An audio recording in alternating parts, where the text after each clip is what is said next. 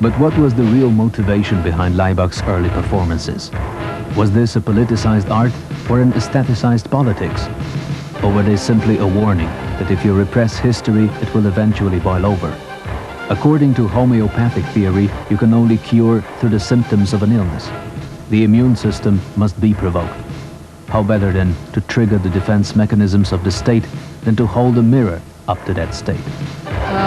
When actually Laibach first came out into the larger public space, the first reactions were so-called shock, even the political shock, which is the function of avant-garde art, we know that.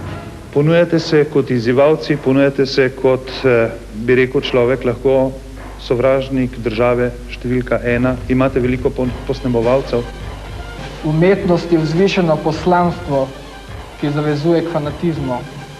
Laibach pa je organizem, katerega cilji, življenje in sredstva delovanja so višji, po moči in po trajanju ciljev življenja in sredstev posameznikov, ki ga sestavljajo. Pa se ne bojite, da bi vas zaradi vsega tega kdaj kdo prebunkal? Umetnost je vzvišeno poslanstvo in kot tako zavezuje k fanatizmu.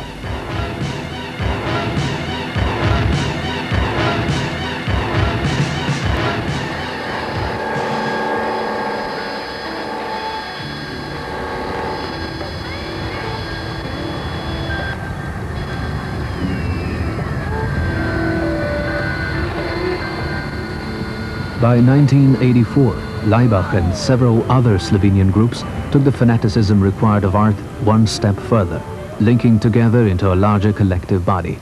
NSK, or Neue Slowenische Kunst, would encompass music, theater, design, architecture, and the visual arts. They said they were presenting art in the image of the state. But like Laibach, they didn't seem to have any specific political agenda.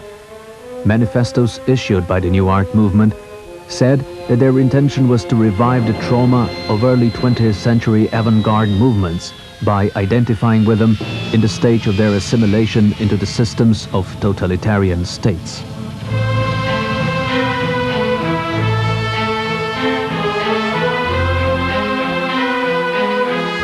In 1927, traveling from east to west, Russian avant-gardist Kazimir Malevich passed through Central Europe, arriving finally in Berlin for a series of lectures.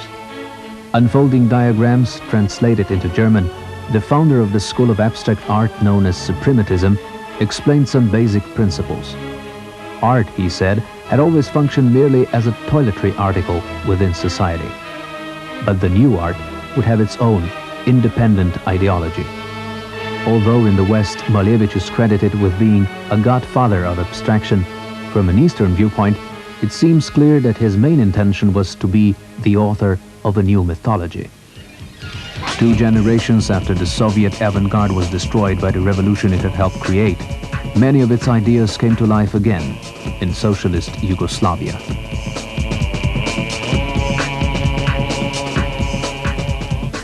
Welded together into a simulation of a state bureaucracy, the groups comprising the NSK art movement created an abstract suprematist form.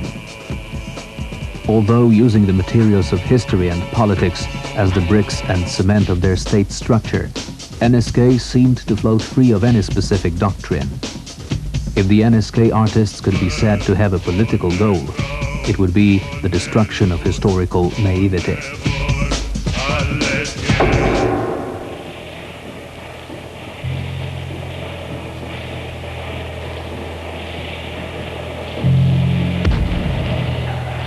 (1917). Shockwaves of revolution spread outwards across Europe. The best-known images of the upheaval in Russia are already the product of a myth-making art, serving the direct interests of the new Soviet state. In the beginning, the utopian rhetoric of the revolutionaries and the revolutionary ideas of the utopian artists marched together. The success of Marxist ideology in the East inevitably impacts on the Slovenian mining town of Trbovlje. Hunger, dismal working conditions and blatant exploitation of labor are the norm in the industrial heartlands of Royal Yugoslavia. But the revolution brings a message of hope. Strikes and street battles between fascist and socialist miners' groups soon erupt.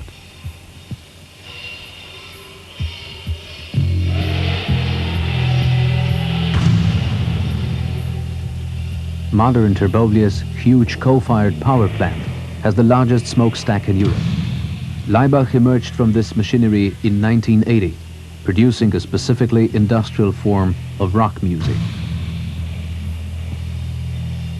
13 years later, Irwin, NSK's collective of 5 painters, returned to the source of the movement's original motivating aesthetic.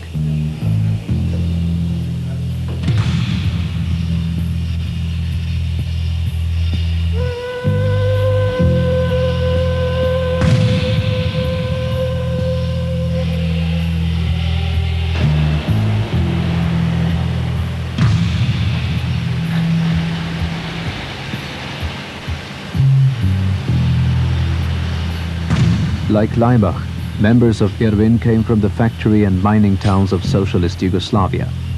Using materials like coal, tar and blood, the earliest Irwin works consciously reflect their proletarian origins. Although their role would later evolve, in the early 80s, Irwin took on a specific mission within the NSK movement. They would be the chroniclers, or mythologizers, artists willfully serving the interest of the state they themselves had helped design.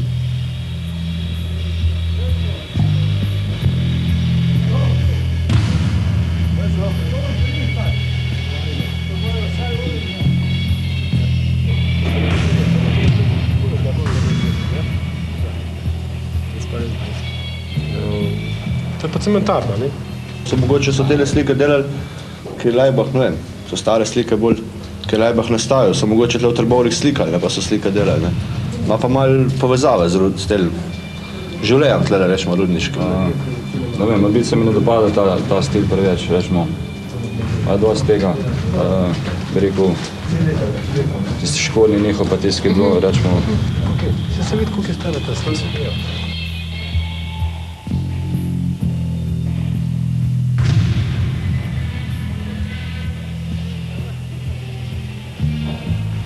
O čemu? O slikama? Ja. Lijepe su. Še bolj malo vemo, zakaj se sploh gre. Zakaj se sploh gre, mi ne vemo. Slike kot slike same. Nekaj vsakdanje, tako rečemo slike kot slike. Ne vem, praktično preprost človek si predstavlja sliko kot slika, da imaš nekaj lepega narisanega, rečemo ali po krajino ali karkoli, ne. Tle pa že... Ker da, to risar, ki je tole narisal, on je hotel nekaj s tem povedati, ne. To praktično bi rečemo skoraj samo on, elektrostormačil si jaz, ne pridem v bistvo tele slike.